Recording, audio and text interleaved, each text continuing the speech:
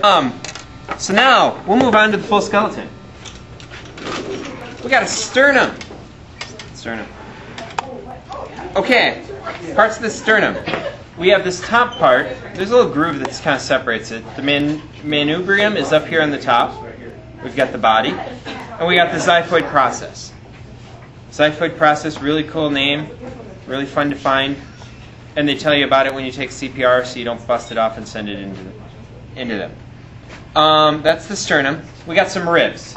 Okay, ribs are pretty obvious. I'm going to turn this one so you get the white ribs instead of the painted ones. All right, the ribs have two possible ends. We've got a sternal end, here by the sternum.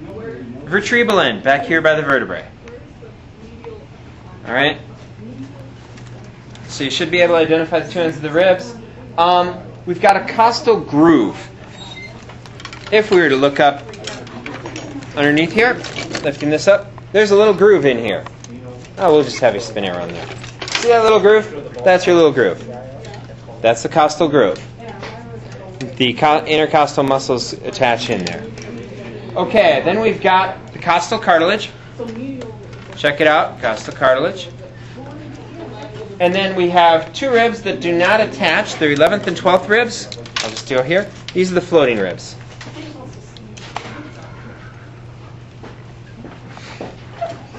And that's the ribs. And we'll continue on. We're going to talk a little bit about vertebrae. We're going to use a little model. Vertebrae. First of all, you got this big bony part that's called the body of the vertebrae. Big, bony, huge monster thing. Then we've got the spinous process. This is this little part that's sticking out on the spine. I'll show you. Here it is on the skeleton. Then we have the transverse process. These are the side ones. Then we have the superarticulating process and facets. And that means it's the part that sticks up that the next one above it rubs on. The process and facet is right there. The next rib above it rubs on it. So you can see in here where the two ribs are there. There's the super one on there, and there's the inferior one. So there's a top one, bottom one, super one's top, inferior one's bottom. All right. Then we have a vertebral foramen.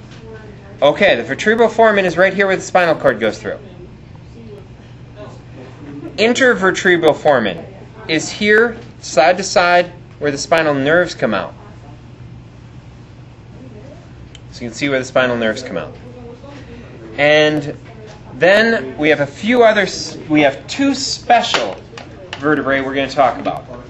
We got the atlas and the axis. You guys remember Atlas? He's the guy who held up the world on his shoulders. Well, the atlas is this top vertebrae, cervical vertebrae 1, that holds up the skull. So the atlas is the top one, and it has superior articulating facets. Remember those occipital condyles that we had on the skull? They rub right here on the superior articulating facets. And it's got inferior ones, where it rubs on the next one, which is the axis. And this is the axis. It's a vertebrae also.